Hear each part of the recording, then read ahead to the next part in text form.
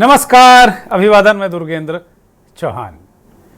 मकर संक्रांति की बहुत बहुत शुभकामनाएं। देश और दुनिया में फैले तमाम भारतीयों को इस विशेष अवसर की शुभकामनाएं। और एक अद्भुत योग वाला 144 साल बाद प्रयागराज में महाकुंभ भी शुरू हो चुका है और आज पहला अमृत स्नान जिसे कहा गया शाही स्नान वो भी संपन्न हुआ।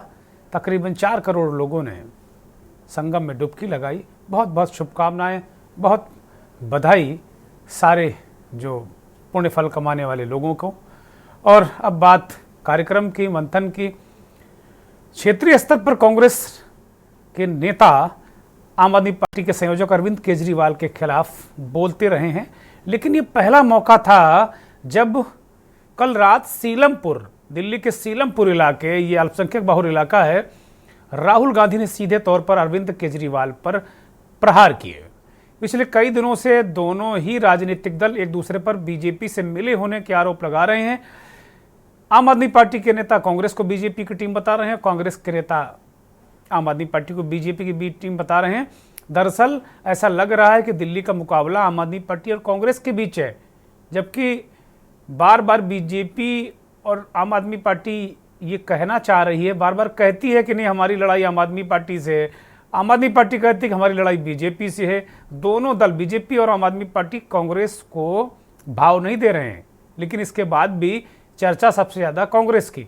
इस पर अरविंद केजरीवाल ने भी अब पलटवार किया और कहा कि राहुल गांधी ने उन्हें गाली दी, लेकिन वो कुछ नहीं कहेंगे। केजरीवाल ने यह भी कहा कि उन्होंने राहुल गांधी पर एक लाइन बोली, लेकिन जवाब बीजेपी वालों की ओर से आ रहा है। करीब 7 महीने पहले ही दोनों पार्टियों ने लोकसभा का चुनाव एक साथ दिल्ली में लड़ा था। हालांकि पंजाब में वो अलग अलग लड़े थे, हरियाणा में भी विधानसभा चुनाव दोनों अलग अलग लड़े, लेकिन शीर्ष नेतृत्व स्तर पर जुबानी हमले पहले सुनाई नहीं पड़े थे। दिल्ली विधानसभा चुनाव में आम आदमी पार्टी और कांग्रेस के बीच सियासी घमासान जो है वो चरम पर है, और ख़ास तौर पर राहुल गांधी की एंट्री के बाद मुश्किलें किसकी बढ़ेंगी, ये बड़ा सवाल।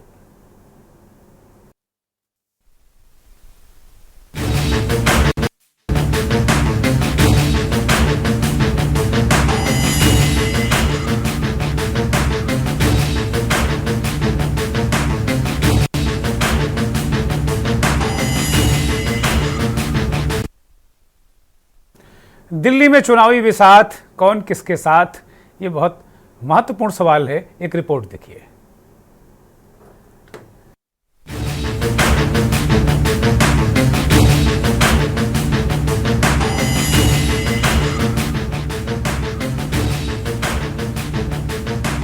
बशीर बद्र साहब का एक शेर है, दुश्मनी जमकर करो लेकिन ये गुंजाइश रहे कि जब कभी हम दोस्त हो जाएं तो शर्मिंदा ना हो। दिल्ली का चुनाव जो ना कराए, दोस्त भी दुश्मन बन चुके हैं। अब दुश्मनी भी ऐसी कि सारी गुंजाइश खत्म हो रही है। कल तक जो दल साथ मिलकर भाजपा को हराने में जुटे थे, आज वो खुद एक दूसरे के कट्टर दुश्मन बन बैठे हैं। राजधानी की गद्दी की जंग में आप और कांग्रेस आमने सामने आ गई है। दिल्ली में 5 फरवरी को वोटिंग है, नतीजे 8 फरवरी को आएंगे, लेकिन उसके पहले दिल्ली के चुनावी समर में आप और कांग्रेस के बीच नया संग्राम छिड़ गया है। राहुल गांधी ने सोमवार को दिल्ली के चुनाव में पहली रैली की। इस दौरान कांग्रेस सांसद ने मंच से भाजपा और आप को बराबर धोया। राहुल गांधी ने तंज कसते हुए बोला कि अब कांग्रेस आपकी फ्रेंडली फाइट की कोई संभावना नहीं। राहुल गांधी ने साफ कह दिया है कि अरविंद केजरीवाल और पीएम मोदी में कोई फर्क नहीं। आप चीफ अरविंद केजरीवाल भी प्रधानमंत्री की तरह ही प्रचार प्रसार और झूठे वादे करने की रणनीति पर अमल करते हैं। केजरीवाल जी आए थे, आपको याद होगा, शीला जी की सरकार थी, आपको याद है? वो दिल्ली याद है आपको? और केजरीवाल जी आए और केजरीवाल जी ने बहुत बड़ा प्रचार किया, दिल्ली को मैं साफ कर दूंगा, भ्रष्टाचार मिटा दूंगा, पेरिस बना दूंगा। अब देखिए हुआ क्या। आप देखिए बाहर चला नहीं जा सकता है, ऐसा पोल्यूशन है, बाहर चला नहीं जा सकता है, आधे लोग बीमार रहते हैं, कैंसर बढ़ रहा है, पोल्यूशन बढ़ता जा रहा है, महंगाई बढ़ती जा रही है। और उन्होंने कहा था कि भ्रष्टाचार को अरविंद केजरीवाल जी मिटाएंगे। अब आप बताइए, दिल्ली में अरविंद केजरीवाल जी ने भ्रष्टाचार मिटाया क्या? राहुल गांधी की जुबानी हमले पर अरविंद केजरीवाल ने भी चुप्पी तोड़ी और राहुल गांधी पर पलटवार किया।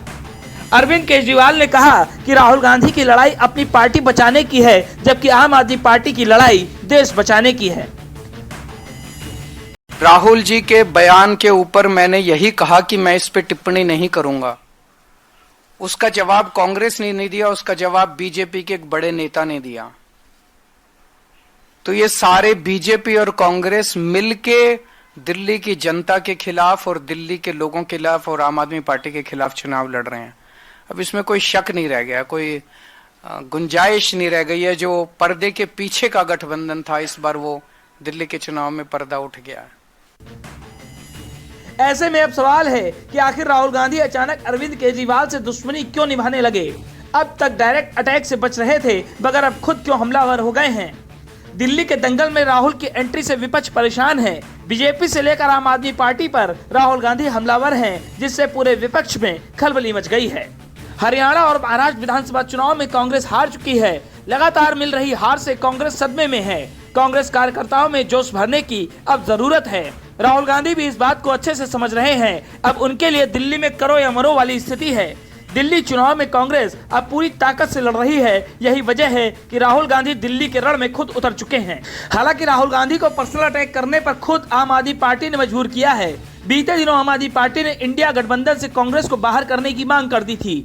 राहुल गांधी को लगता है कि सहयोगियों की ओर से दोस्ती की लक्ष्मण रेखा पार कर दी गई है। अब कोई भी दोस्त नहीं रहा, सब अपनी सियासी रोटियां सेकने में लगे हैं। यही वजह है कि राहुल गांधी ने मन बना लिया है कि अब वो फ्रंट फुट पे खेलेंगे।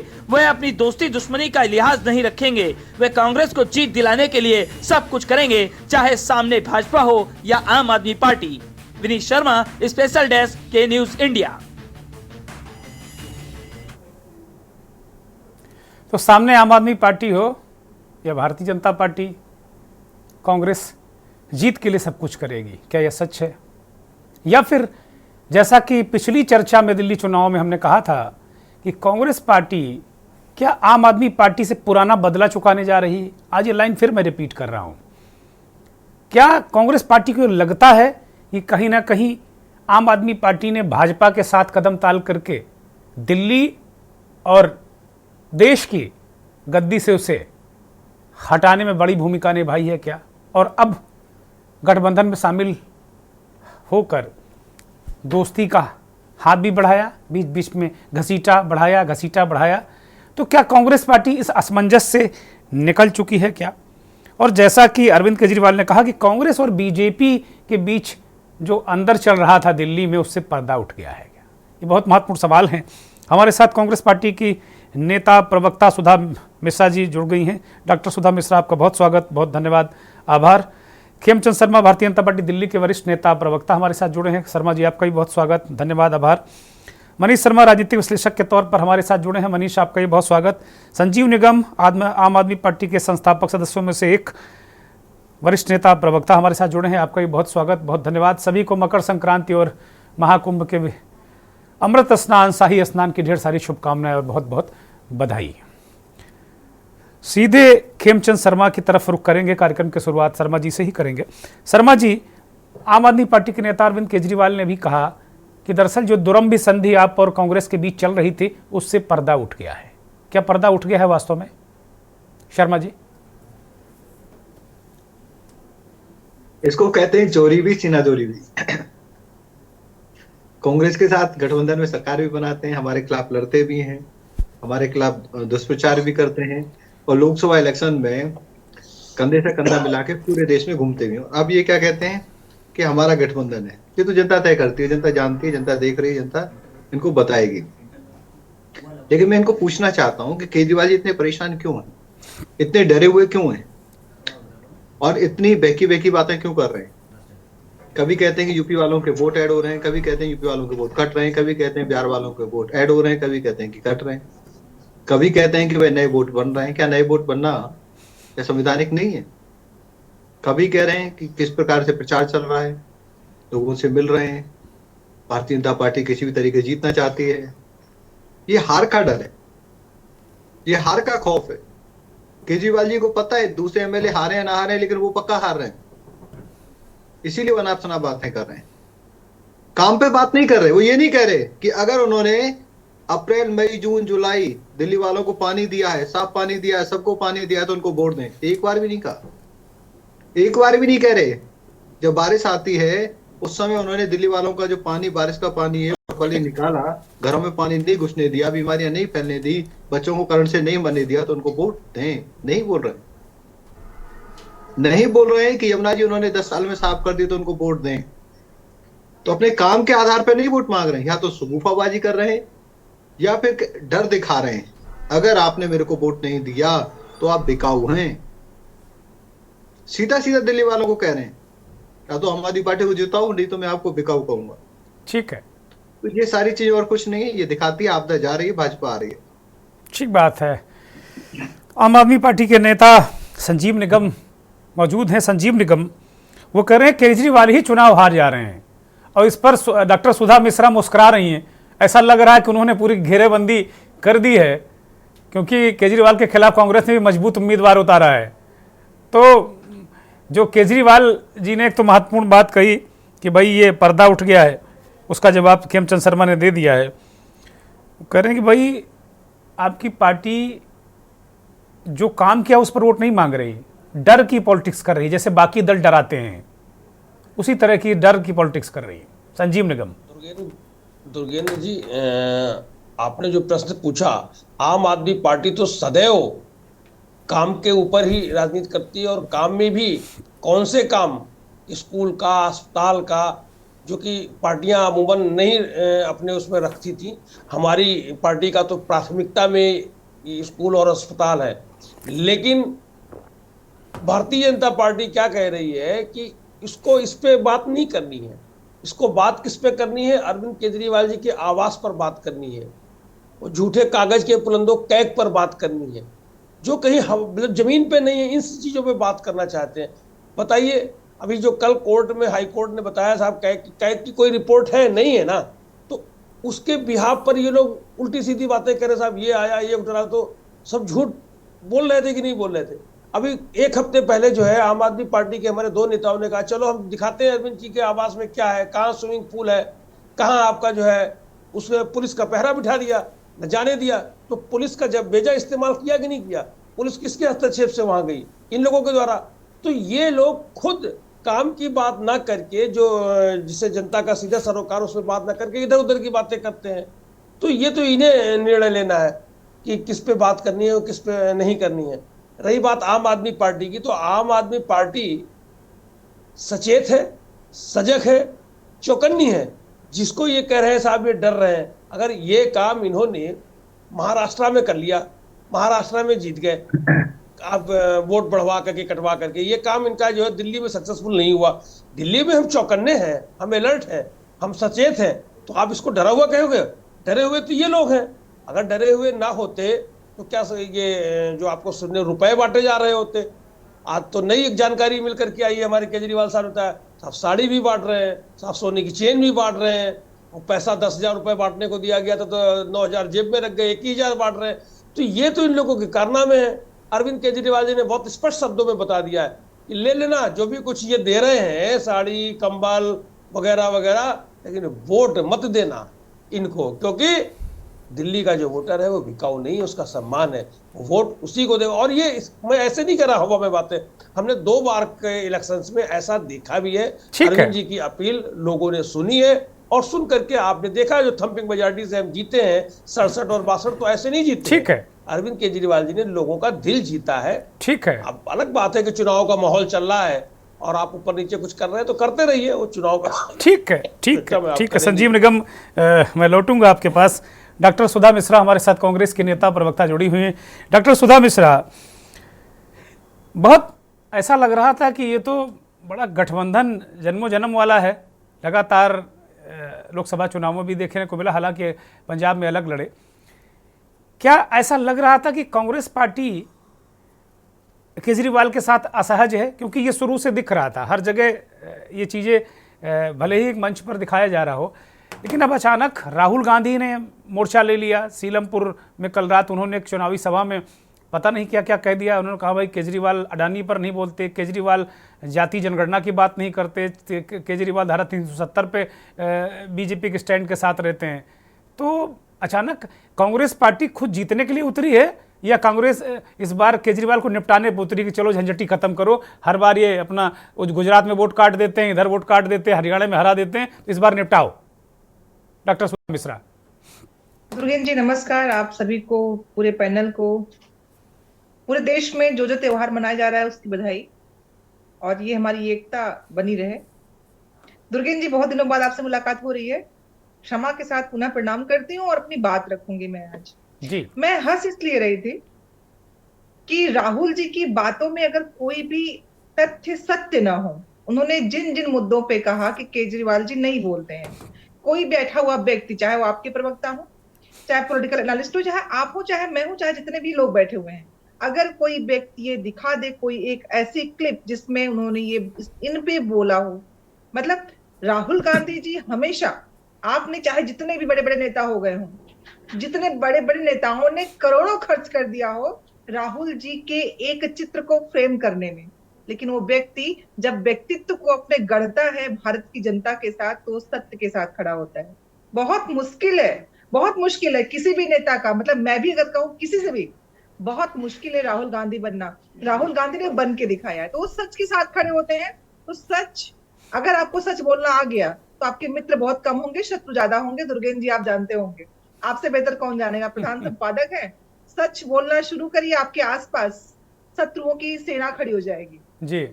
जहां तक बात आपने कहा गठबंधन, जाहिर सी बात है उद्देश्य जब बड़ा होता है, हम किसी भी संस्था में हो, कोई भी संस्था, वहां पे हमसे मनभेद रखने वाले, मतभेद रखने वाले कई ऐसे लोग होते हैं जिनको हमें साथ में लेके चलना पड़ता है जी, क्योंकि उस संस्था को आगे बढ़ाना है, आपको अपने उद्देश्य की प्रतिपूर्ति करनी है। ये कोई कोरी बात नहीं है, ये हर जगह, घर से बाहर, पड़ोसी, जहां भी आप देखेंगे हमें वो करना पड़ता है, वो आपके व्यवहारिकता को दिखाता है। तो जब गठबंधन में हमारा उद्देश्य है इस देश में, आपने देखा आस्था का प्रश्न जो 144 वर्ष बाद, मतलब हम लोग न थे तब, न अगले 144 वर्ष बाद होंगे, हम में से कोई नहीं होगा, लेकिन वो महाकुंभ रहेगा, वो आस्था सनातन ऐसे ही चलता रहेगा। हो सकता है व्यवस्थाएं कुछ और बेहतर हो जाएं, बहुत कुछ बदलेगा, बहुत तो कुछ बदलेगा, लेकिन उस बदलाव की दिशा पे राजनीति करके उस प्रयागराज को अपना दिखाने की जो पुरजोर कोशिश है, जो सिर्फ ये दिखाने की कोशिश है कि हम ही है, अहम ब्रह्मास्मि, न कोई था न कोई है, जबकि 144 वर्ष बाद कोई चीज पुनः आई है।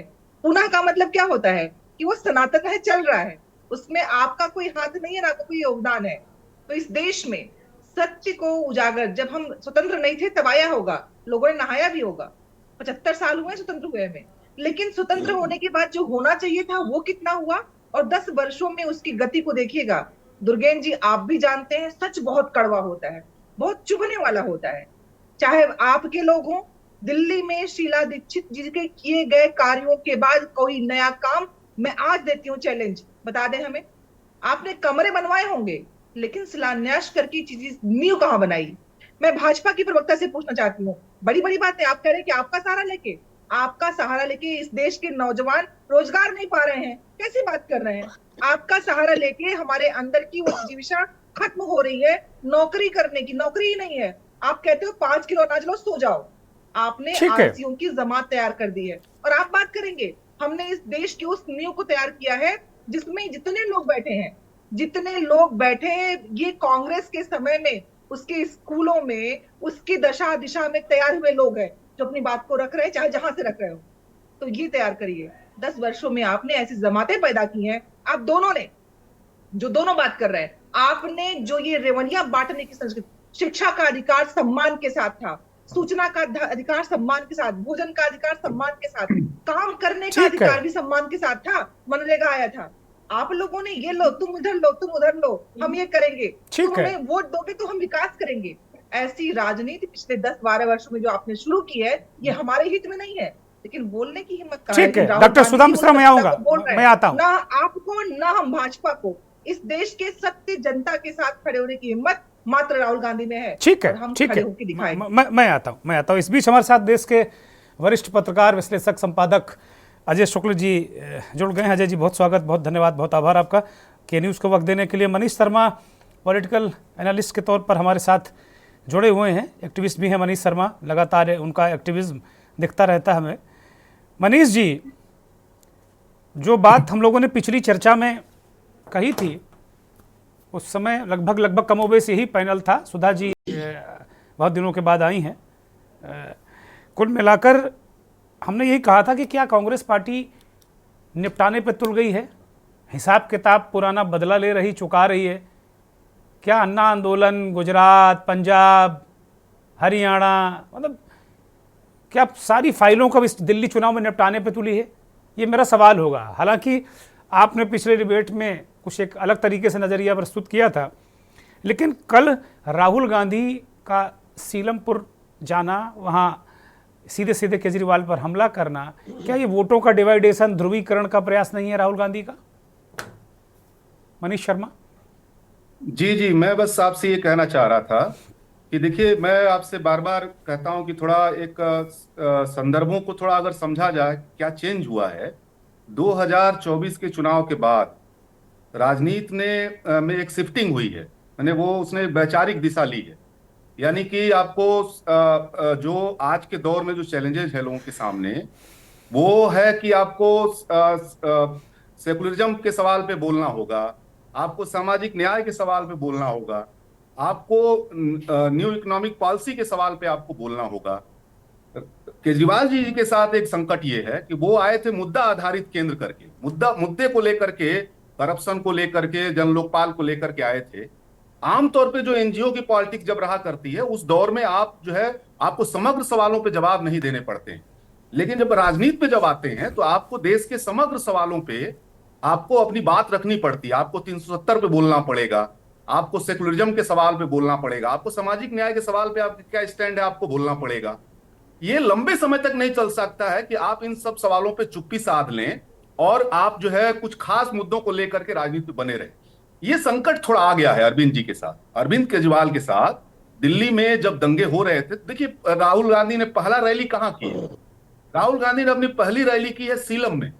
वही इलाका है जब दिल्ली में दंगे हुए, और उस दौर में अरविंद केजरीवाल जी ने बेहद खराब रोल अदा किया, बहुत ही खराब रोल अदा किया। उसको लेकर के एक आप कह लीजिए कि माइनॉरिटी और सेकुलर जो सोच रखने वाले लोग हैं, उसमें एक चिंता बढ़ी। हमने देखा इस सवाल को, आप देखिए वहां से रैली उन्होंने किया। इसका एक सिंबॉलिक मतलब है, इसका सिंबॉलिक मतलब ये है कि लॉन्ग टर्म में आप देखिएगा, अभी देखिएगा, जिसे आपने देखा होगा सामाजिक न्याय के सवाल पे, जो अभी राहुल गांधी ने आज अपनी रैली में सीधे सीधे सवाल किया कि जाति जनगणना के सवाल पे आप क्या सोचते हैं। केजरीवाल जी बोले इस पे साफ साफ, वो नहीं बोल रहे हैं इस सवाल पे, नहीं बोलते रहे हैं, इस समय भी वो नहीं बोल रहे हैं। आपने ध्यान दिया होगा किसी दौर में मैंने आपके डिबेट में एक बार बोला था कि उनके एक मंत्री हैं, उन्होंने बाबा साहब की 22 प्रतिज्ञाओं पे बात करनी शुरू कर दी थी, वो मंत्रिमंडल से बाहर हो गए, आज वो अभी पार्टी से भी बाहर है, अभी उसने वो कांग्रेस ज्वाइन कर लिया उन्होंने। राजेंद्र गौतम। केजरीवाल जी के सामने एक संकट है, उनकी पॉलिटिक्स का संकट है, वो समग्र सवालों से बचते हुए। और दूसरा मैं देखता हूं, आप ध्यान दीजिएगा इस चुनाव में भी, लेकिन हिंदुत्व वाले मसले पे वो मुखर रहते हैं। वो राम की जगह हनुमान को ला देंगे, वो मंदिर के तीर्थाटन कराने लगेंगे, वो तमाम जो अभी पुजारियों को वो प्रलोभन देने लगेंगे। तो एक मैसेज क्या जा रहा, केजरीवाल जी के बारे में एक मैसेज ये जाने लगा है। देखिए कांग्रेस क्यों मुखर हो रही है, केजरीवाल जी के बारे में एक मैसेज ये जाने लगा है कि वो हिंदुत्व की दूसरी टीम है, बी टीम है, हिंदुत्व की जो बी टीम है वो केजरीवाल जी की छवि बनती जा रही है। कांग्रेस को ये लगता है कि इस सवाल पे घेरा जा सकता है, और सचमुच इस सवाल पे केजरीवाल घिरते जा रहे हैं। और निश्चित तौर पे हमको लगता है कि मैं एक बात और आपसे कहना चाहता हूं कि जो माइनॉरिटी जो हिस्सा है, और जो कह लीजिए कि जो दिल्ली में जो दलित समुदाय है, वो बहुत स्मार्ट मूव करने जा रहा है। अच्छा। वो स्मार्ट मूव क्या करने जा रहा है? वो स्मार्ट मूव ये करने जा रहा है जी। कि वो एक लॉन्ग टर्म वोटिंग भी करेगा और शॉर्ट टर्म वोटिंग भी करेगा। लॉन्ग टर्म वोटिंग है, उसको एक वैचारिक विपक्ष भी वहां खड़ा करना है दिल्ली में। शॉर्ट टर्म यह है कि उसको बीजेपी को हराना भी है। तो मैं आपसे ये कहना चाहता हूं, यहां से कांग्रेस के लिए जगह बनती दिख रही है। यहां से केजरीवाल के लिए थोड़ा संकट खड़ा होने वाला है। यहां से आप देखेंगे कि ये केजरीवाल के सामने एक संकट खड़ा होने वाला है। लॉन्ग टर्म उसने ये तय कर लिया है, माइनॉरिटी और दलित ने, कि जहां अगर ऐसा लगेगा कि हमको सेकुलरिज्म के सवाल पे और सामाजिक न्याय के सवाल पे कोई फोर्स है जो जीतती नजर आती है, वहां हमको लगता है कि वहां केजरीवाल जी संकट में फंसेंगे। इसलिए दिल्ली में आप देखिएगा, दिल्ली में एक त्रिकोण बनने जा रहा है। ये बहुत समझ लीजिए कि ये दिखने लगा है और केजरीवाल की कुछ वैचारिक सवालों पे चुप्पी उनको भारी संकट में डालने ठीक जा बात रही है। है, ठीक बात है। बहुत महत्वपूर्ण बात मनीष शर्मा कह रहे हैं, और एक इस चर्चा को मनीष शर्मा ने एक नई दिशा दे दी। वो कह रहे हैं कि दो तरीके से वोटिंग पैटर्न आपको 5 जनवरी को देखने को मिलेगा। एक पैटर्न होगा शॉर्ट टर्म, एक होगा लॉन्ग टर्म। अब शॉर्ट टर्म जहां तक मैं समझ पा रहा हूं कि जहां सीधे बीजेपी और केजरीवाल का मुकाबला होगा आम आदमी पार्टी को, तो वहां जो सामाजिक न्याय की फोर्सेज हैं, सेकुलरिज्म की फोर्सेज हैं, वो केजरीवाल के साथ में होंगी। लेकिन जहां उनको जरा सा भी कांग्रेस का कैंडिडेट नजर आएगा मजबूत जीतने की स्थिति में, तो फिर लॉन्ग टर्म सामाजिक न्याय और सेकुलरिज्म के जो सवाल को वो जिंदा रखेंगे। तो क्या ऐसा होगा? ये बड़ा सवाल है। एक ब्रेक ले रहे हैं।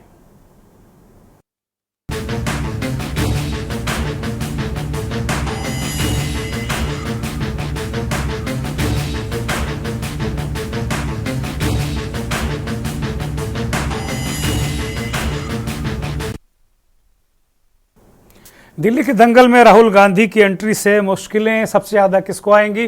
बीजेपी और कांग्रेस के नेता एक दूसरे को कोस रहे हैं, लेकिन आम आदमी पार्टी के नेता और कांग्रेस के नेता ये कह रहे हैं, एक दूसरे को बीजेपी की बी टीम बता रहे हैं।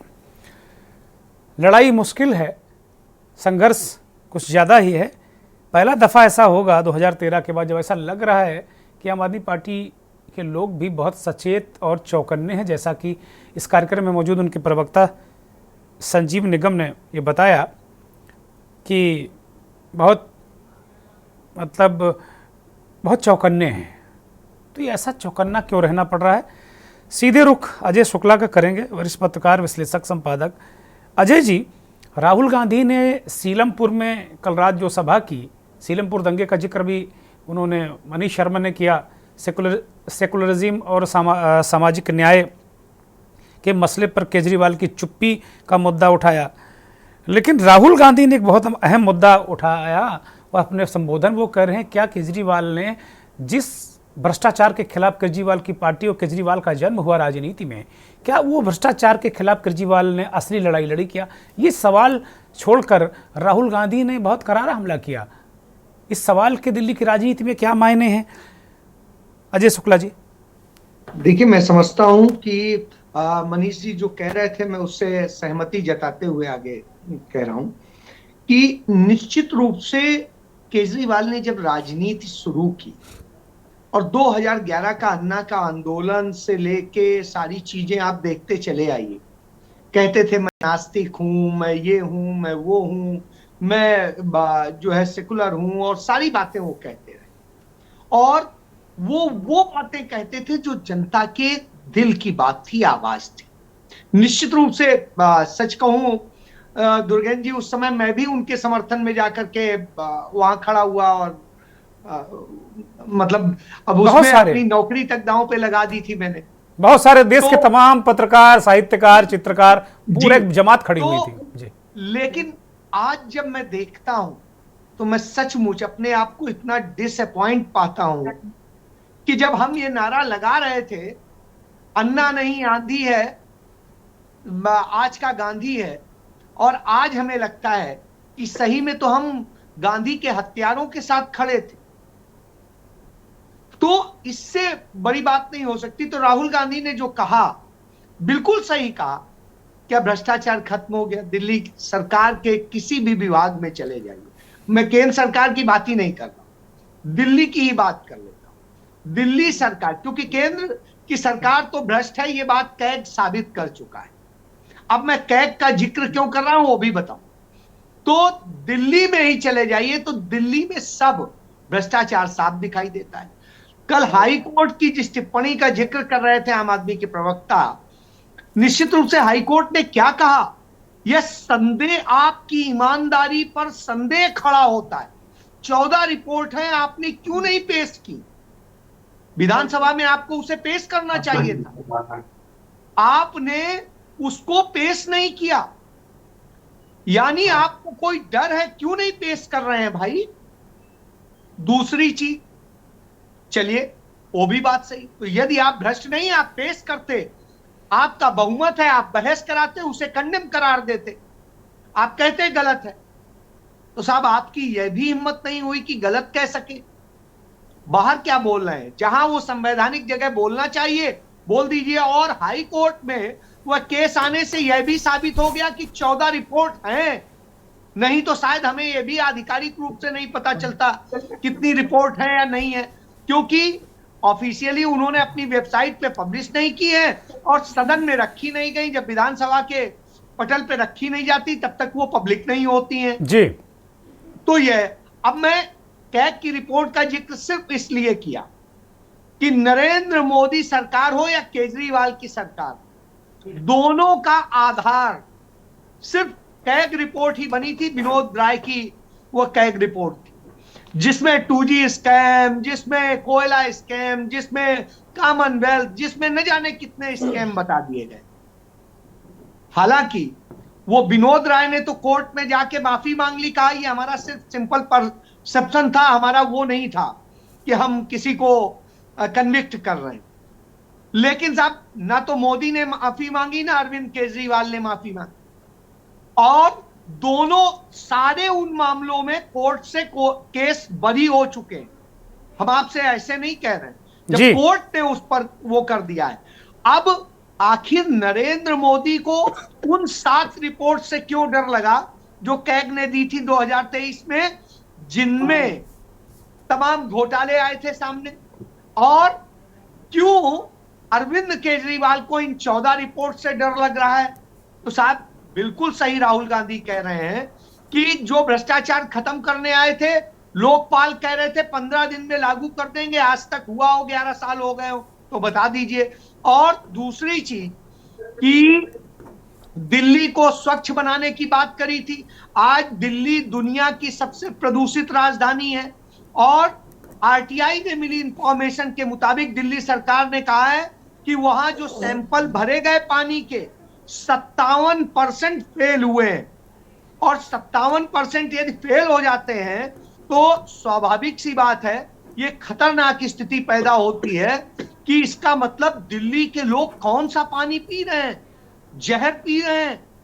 मैं पीता हूं तो मुझे तकलीफ होती है कि लगता है पता नहीं ये जिंदगी को कितना कम कर रहा है, कितना वो कर रहा है। सांस लेने के लिए, बाहर जाने के लिए लगता है यार मास्क लगा लिया जाए। आज तो कोविड नहीं है, लेकिन अब लगता है कि नहीं, जरूरी हो गया है दिल्ली।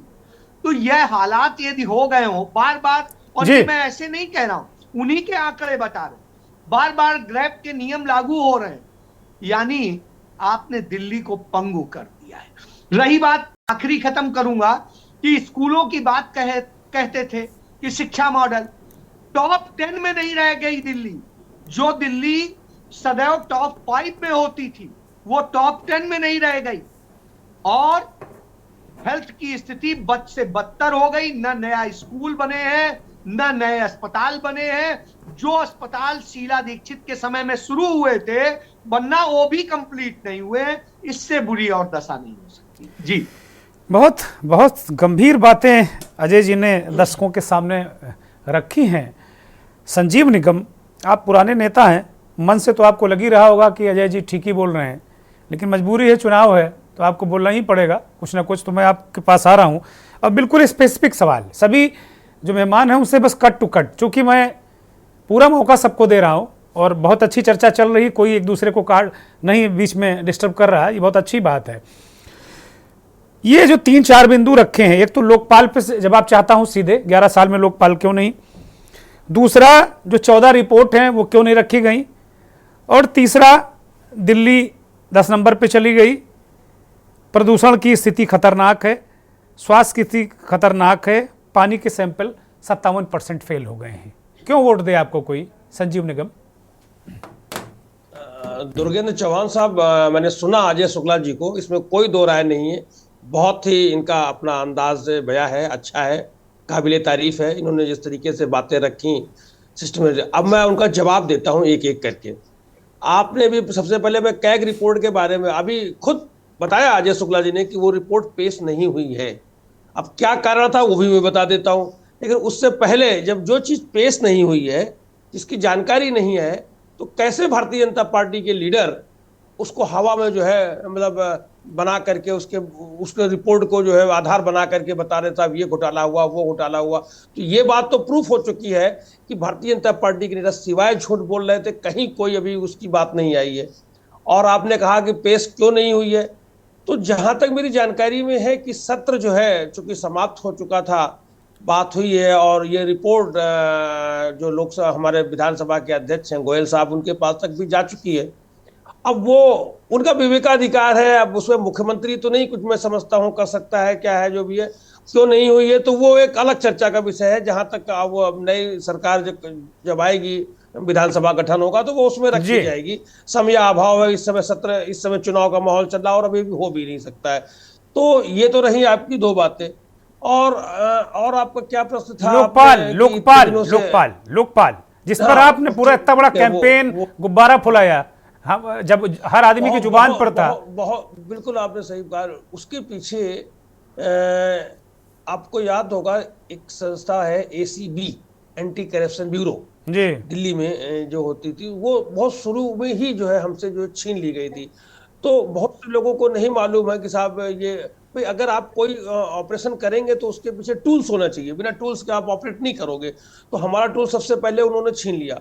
और जो आप कह रहे साहब सरकार ने स्कूल नहीं बनाए, नए स्कूल नहीं बनाए, तो मैं आपको बता दूं ये भारतीय जनता पार्टी की जो सरकार है केंद्र में, इसका एक मकसद है कि किसी प्रकार से इनको डिफेम करो, जबकि ऐसा होना नहीं चाहिए। फेडरल स्ट्रक्चर में क्या होता है कि एक बारी चुनावों के बाद सरकार बन गई, जिस पार्टी की भी बन गई, तो उसको जो भी उसके सिस्टम है आपको कोऑपरेट करना है, देना है, जो भी पैसा वैसा है। हमको 325 करोड़ रुपया मिलता है साल में, और जबकि ज्यादा कितना ज्यादा जाता है। तो ये सारी बातें, हमने जो कमरे बनाए, अगर हम नई कमरे बनाते, इनको लैंड देना नहीं है, लैंड केंद्र सरकार है, तो हम हाथ में हाथ धरे बैठे रहते हैं कि साहब इन्होंने जगह नहीं दी है तो हम स्कूल कैसे बनाए।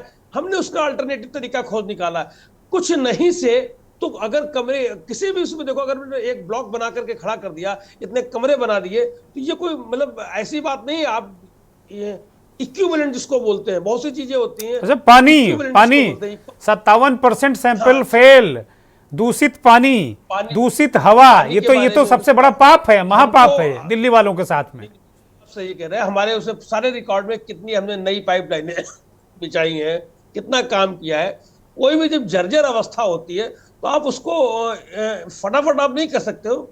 सारी प्रोसेसिंग में इतना समय हो गया है, ऐसा नहीं कि उसको छुआ ना गया हो, बिल्कुल अनटच्ड हो। जैसे यमुना है, यमुना तो अनटच्ड है, वो उसको हमने विनम्रता से स्वीकार किया है कि हम उसमें शुरुआत नहीं कर पाए, कोई कार्यक्रम आगे। लेकिन जो आप दूसरे बता रहे हैं, पानी का है, ये इसमें सड़कें लाइन बिछ गई है, सीवेज में भी है, वो बहुत बिछी है। अब मैं उसका मतलब नहीं रह जाएगा कि कितने किलोमीटर की है और कितने वो है, लेकिन इसमें सब में काम हुआ है। हाँ, कहीं कहीं थोड़ा सा डिले हो गया है, तो डिले के कारण है हमारी सरकार, आधी सरकार है वहां पर, और उसको नहीं लोग कोऑपरेट करते। तो आधी सरकार पे वोट मांगिए ना संजीव निगम। केजरीवाल मन से कहें भाई मुझे आधी सरकार के लिए वोट दे दो, दिल्ली वालों की इच्छा होगी देंगे, क्योंकि अगली बार भी पूरी नहीं होने जा रही, ये आधी ही रहेगी। ऐसा तो है नहीं कि नरेंद्र मोदी जी अभी हट जा रहे हैं और कोई दूसरा व्यक्ति प्रधानमंत्री बना जा रहा है, जिन पर आरोप आप लगाते हैं। सरकार तो आधी रहेगी, आपको काम ऐसे ही करना है, आधी सरकार पूरा काम। की ताजी बात बताओ, सिस्टम से हम लोग लड़ रहे हैं, आज भी लड़ रहे हैं। और आज अरविंद केजरीवाल जी ने ताजी बात बताई है कि हमारे दिल्ली के मुख्यमंत्री के खिलाफ दिल्ली पुलिस ने FIR कर दी। और इतने दिन से हम लोग कह रहे हैं कि साहब वहां नई दिल्ली विधानसभा क्षेत्र में जो पैसे बांटे जा रहे हैं, रुपए बांटे जा रहे हैं, उस पर कोई पुलिस ने कोई एक्शन नहीं लिया। तो आज से जानकारी मिली है, चुनाव आयोग ने कहा है कि जो उनके खिलाफ भी एक्शन लिया जाएगा, जो प्रवेश ठीक है। तो सिस्टम से तो हम लड़ रहे हैं। ठीक और है। जब भी अभी सिस्टम से आप लड़ेंगे, सिस्टम में कोई नया कोई चीज लाएंगे तो दिक्कतें आएंगी, लोगों को परेशानियां ठीक है। होगी, लोग विरोध करेंगे। तो ये कोई नई बात नहीं है। जब भी आप सिस्टम से लड़े हो, जूझे हो, कोई नया रास्ता चुनने का ठीक है। प्रयास किया तो दिक्कतें आई हैं। ठीक है। लेकिन हम इनसे लड़ रहे हैं और हम एक निश्चित मुकाम पर पहुंचेंगे।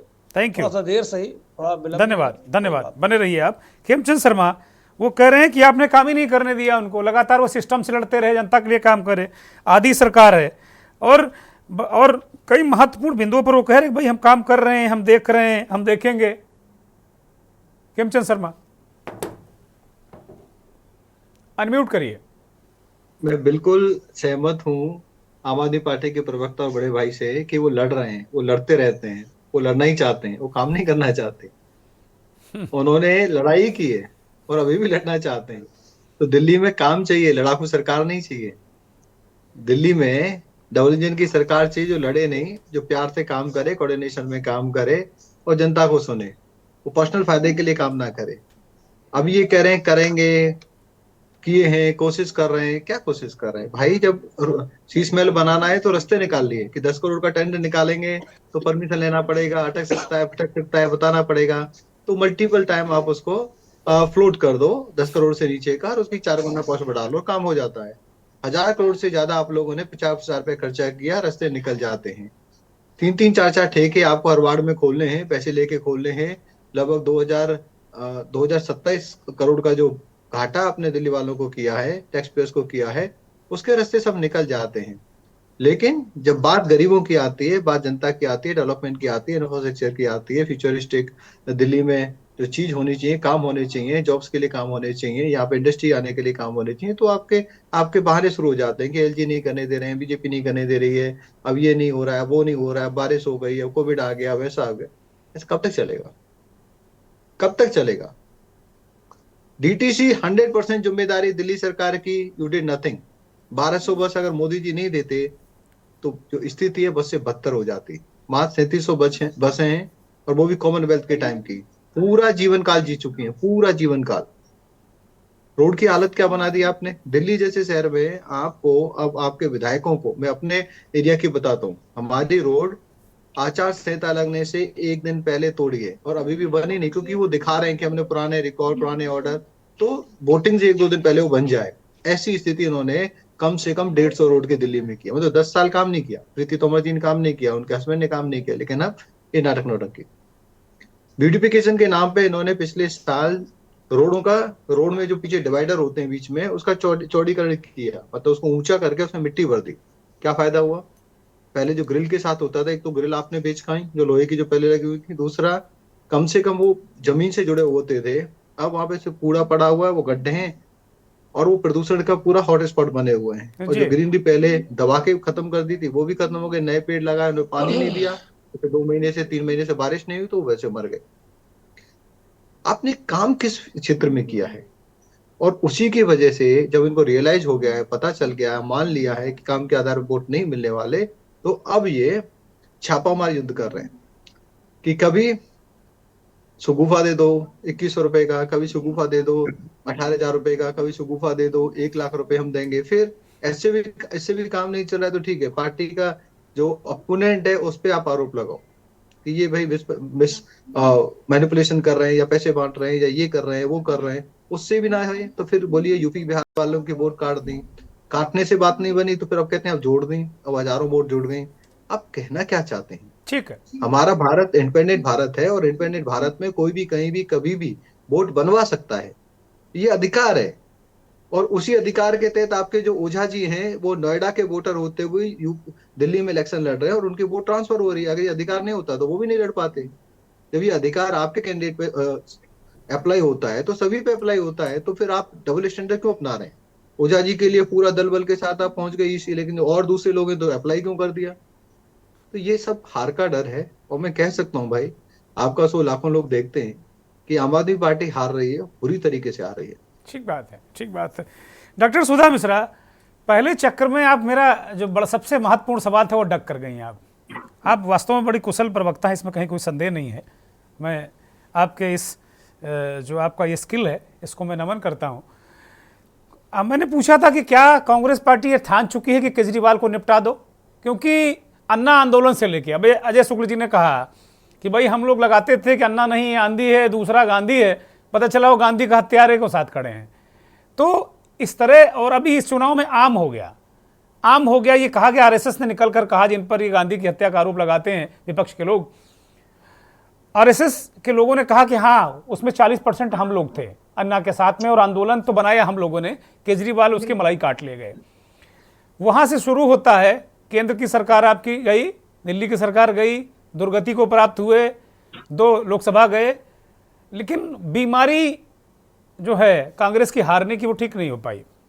तो क्या अब कांग्रेस ठान चुकी है कि अब बीमारी के कारणों को ही मिटा दो? डॉक्टर सुधा मिश्रा।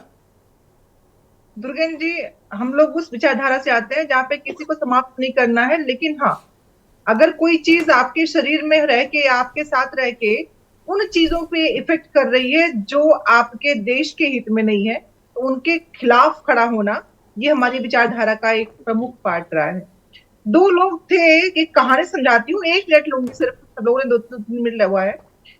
2 पड़ोसी थे, एक हेहर था और एक थेथर था जी। 2 पड़ोसी थे। एक बहुत हेहर था, आप जानते हैं हमारे यहाँ हेहर का मतलब जिसपे कोई इफेक्ट ना पड़े, और थेथर सब कुछ समझ के अपनी बातों पे ही मुस्कुराए, अपनी गलतियों पे। वो थेथर 2 भाई थे, दिल्ली में 2 भाई हैं, एक बहुत बड़ा हेहर है और दूसरा एक थेथर है। एक कह रहा है कि काम नहीं करने दिया, और दूसरा कह रहा है कि काम नहीं करने दिया तो बुझा दो। मतलब ये लोग जनता के वोटों का इस तरह मजाक बनाएंगे, ये समझ में नहीं आता है। आप जानते हैं, अगर कमरा बना दिया, कुछ भी कर दिया आपने कोई एहसान तो किया नहीं जनता पे। भाई 5 साल अगर मुझे चुना गया तो मेरा काम क्या होगा कि मैं जनता के हित में काम करूं। अगर मैं क्लास में पढ़ाने जाती हूँ तो मेरा काम क्या है, मैं एहसान तो दिलाऊंगी नहीं कि बच्चों तुम लोग ये बात समझो कि मैं क्लास में आ गई हूँ, बहुत बड़ा एहसान है। अरे काहे का एहसान, मैं क्लास में गई इसीलिए हूँ कि पढ़ाना है, लेकिन क्लास में जाने के बाद मैं एहसान दिलाऊं और काम न करूं, ये वो सरकार है पिछले 10 वर्षों में। मैं हर बार कहती हूँ, पिछली सरकारें चाहे जिसकी रही हो, उन्होंने अपने अपने समय के वो काम किया होंगे जो उस समय उपयुक्त रहा होगा। नींव बनाई होगी, मकान खड़ा किया होगा और दे दिया इन लोगों को 7-8 मंजिला बना के। ये ऐसे लोग हैं कि 7वें 8वें मंजिल पे खड़े होने के बाद कहते हैं अरे भाई साहब सब कुछ हमने किया है, नींव तो हमने बनाई, क्या नींव ने क्या किया, हम 6वें पे खड़े हैं। तो ऐसे लोगों ने इस देश की राजनीति खराब की है। नींव की जो रिस्पेक्ट नहीं करता है, जो अपने बुजुर्गों, अपने पुराने लोगों को इस तरह से बताता है, वो दोनों हेहर और थेथर लोग होते हैं, जिन्हें अपनी नींव, अपने बुजुर्ग, अपने वो लोग जो हमारे होने के कारण हैं, उनके खिलाफ जब कोई आवाज उठती है कि भ्रष्टाचार उन्होंने किया, हम तो बहुत साफ हैं, ये रंगे हुए सियार हैं जो जानबूझ के इस देश की जनता को मिले हुए अधिकार को जिस तरह से अपने लिए राजमहल और शीश महल में जा रहे हैं, ये उनके अधिकारों का पूरी तरह से दोहन कर रहे हैं। तो अब कांग्रेस को जो अंग्रेजों के खिलाफ खड़ी हुई थी, जब वहीं से हमने शुरुआत की थी कि कितना सताओगे भाई, मेरा डर कब तक रहेगा, मेरा डर वहीं पे खत्म होगा दुर्गेन जी, जब ये लोग मुझे डरने की पराकाष्ठा तक ले जाएंगे।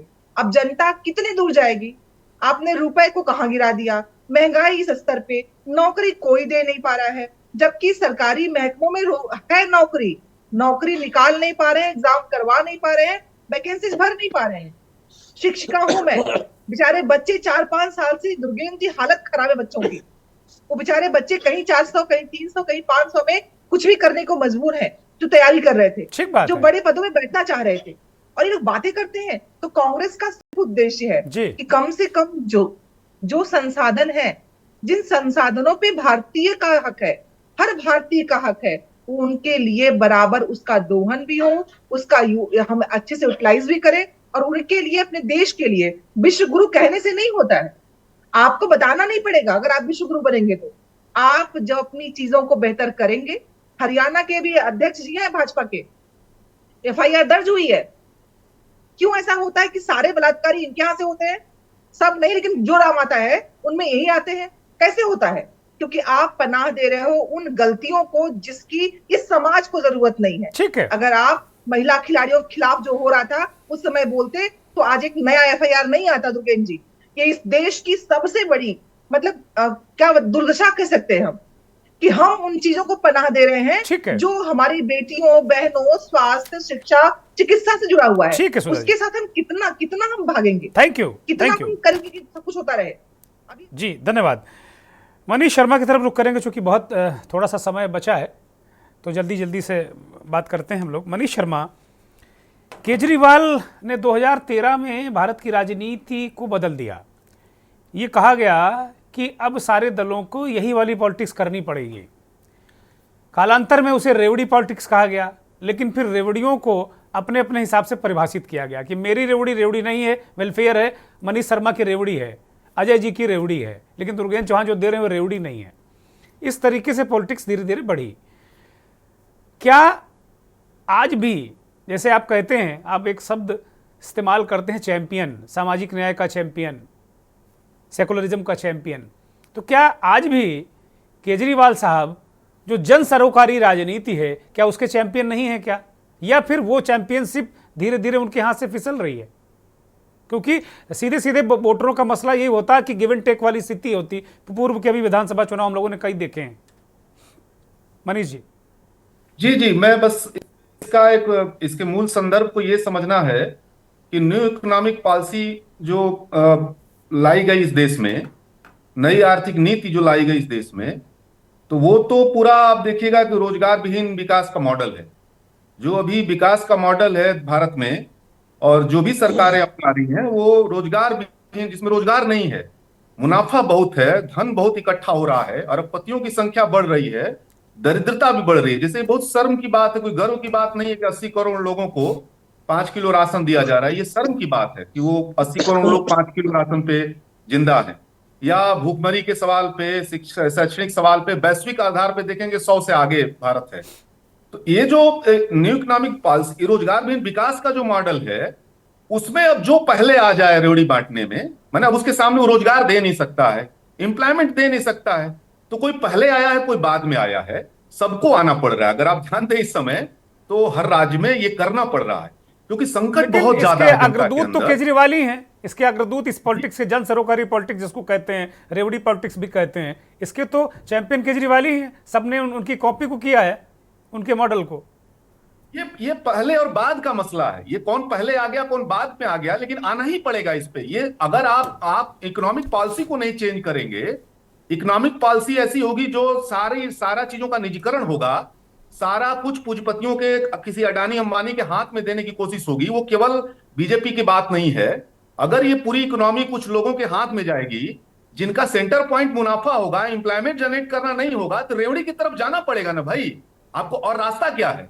केजरीवाल की जगह अभी आप देखिए ना, दिल्ली में केवल केजरीवाल थोड़े कर रहे हैं, वहां पे देखिए और लोग करना पड़ रहा है। वो कोई मैं इस इकोनॉमिक स्थिति में इसको मैं बहुत नकारात्मक ढंग से नहीं देखता हूं। या तो उस इकोनॉमिक पॉलिसी को चेंज किया जाए, या फिर जो है आपको यही करना पड़ेगा, और ये सबको करना पड़ेगा। ये किसी एक की बात नहीं है, यहां से हम लोगों को देखना है। और इसलिए इसको हमको लगता है कि कौन किस तरह का, आप देखिएगा जितनी ये पॉलिसी आ रही है, इनको 1000, इनको 2000, इनको 5000, आप सारी पॉलिटिकल पार्टियों का लगभग एक तरह का ट्रेंड आप देखेंगे। ऐसा कोई नहीं, अभी कांग्रेस ने बहुत सारा दिल्ली में लॉन्च किया है, बहुत सारा चीजों को देखेंगे। बीजेपी अभी देखिएगा लॉन्च करेगी, आम आदमी पार्टी कर रही है। अब वो बहुत इशू नहीं है। इशू क्या है इस दौर में? वो इशू ये है कि आप जो है, जो वैचारिक जो मसला है, वहां फंस गया है मसला। आप देखेंगे कि दिल्ली में बीजेपी की जो विचारधारा है, जिस विचार की तरफ बढ़ रही है, आम आदमी पार्टी उसकी वैचारिक प्रतिद्वंदी ना होकर के उसी की राजनीति का सेकंड पार्ट बनती जा रही है। और इसलिए आप देखेंगे कि एक तीसरे के लिए जगह वहां बनता जा रहा है। मैं आपसे जो इशारा बार बार कर रहा हूं वो यहां पे है कि तीसरे के लिए जगह इसलिए बन रही है कि वैचारिकी में बीजेपी के खिलाफ जो आम आदमी पार्टी की जो राजनीति है जी, एक बी टीम बनती हुई दिखने लगी है जी। इसलिए आप देखिएगा कि जनता का ध्यान तीसरी दिशा में भी बढ़ता हुआ दिख रहा है। ठीक बात है, ठीक बात है। चूंकि बहुत कम समय बचा है, अजय शुक्ला जी इस कार्यक्रम की अंतिम टिप्पणी। मनीष ने एक बात बड़ी महत्वपूर्ण कही कि भाई एक तीसरे की जगह बनती दिख रही है। क्या एक जगह इसको देख रहे हैं आप? और दूसरा, जो अभी हम वो सवाल अनुत्तरित है, मनीष शर्मा ने अपने तरीके से उसको एड्रेस किया है, लेकिन मेरा सवाल अभी भी अनुत्तरित है कि केजरीवाल जो जन सरोकारी, रेवड़ी पॉलिटिक्स, जो भी कुछ कह लें आप, उसके चैंपियन रहे हैं। क्या वो चैंपियनशिप इस बार भी उनके साथ रह रही है, रहेगी, या फिर बीजेपी या कांग्रेस के पास आधी आधी बढ़ जाएगी, या बीजेपी मार ले जाएगी वो चैंपियनशिप? देखिए, हमारा संविधान लोक कल्याणकारी संविधान और राज्य की अवधारणा पर आधारित है। हम समाजवाद की बात करते हैं, तो जब हमारा जो है सबसे बड़ा हमारा जो धर्म ग्रंथ है वो संविधान है, और यदि संविधान यह बात कह रहा है राजतंत्र के लिए, तो स्वाभाविक सी बात है हमें अपनी जनता को जीवित रखना है। अरविंद केजरीवाल ने उस समय आवश्यकता के मुताबिक किया या चुनाव के लिए किया, यह बात अब पूरा देश जान चुका है, मुझे यह बताने की जरूरत नहीं। लेकिन आज एक दशा बिल्कुल सही है कि यदि वो चुनावी भी था तो आज वो देश में आवश्यकता बन गया है, क्योंकि आज देश की जो अर्थनीति है उसने देश की हालत यह कर दी है। और भारत सरकार का आंकड़ा बता रहा है कि बच्चों को पढ़ाने के लिए लोग अपने जेवर गिरवी रख के लोन ले रहे हैं। तो साहब, गोल्ड लोन यूं बढ़ गए, अपने मंगलसूत्र लड़कियों के, महिलाओं के छीन लिए हैं आज नरेंद्र मोदी ने, जो कहते थे तो उससे छीन ले जाएंगे। यह एक वजह। देखिए, बेहतर होता मनरेगा जैसे और प्रोग्राम आप शुरू करते, कम से कम तालाब ही बनता, कम से कम चक्रोट ही बनता, कुछ तो बनता। यहां तो आपने भिखारी बना दिया, 5 किलो अनाज के लिए लाइन लगाई। तो साहब, ये रेवड़ी कल्चर ओ भी है, ए भी है, लेकिन आज जरूरत और आज मजबूरी। जी बहुत शुक्रिया अजय जी, बहुत धन्यवाद। खेमचंद शर्मा, संजीव निगम, मनीष शर्मा और डॉक्टर सुधा मिश्रा, आपका बहुत धन्यवाद। धन्यवाद उन दर्शकों का जिन्होंने इस कार्यक्रम को देखा, बहुत शिद्दत के साथ उस कार्यक्रम को समझा, सुना। लेकिन बड़ा सवाल यही है, जो दिल्ली के दंगल में कांग्रेस की मजबूती से चुनाव लड़ने के कारण क्या आम आदमी पार्टी फंसेगी, या फिर जैसा मनीष शर्मा कह रहे हैं कि तीसरे की जगह बन रही है? एक लॉन्ग टर्म मतदाता देख रहे हैं, एक शॉर्ट टर्म। नमस्कार।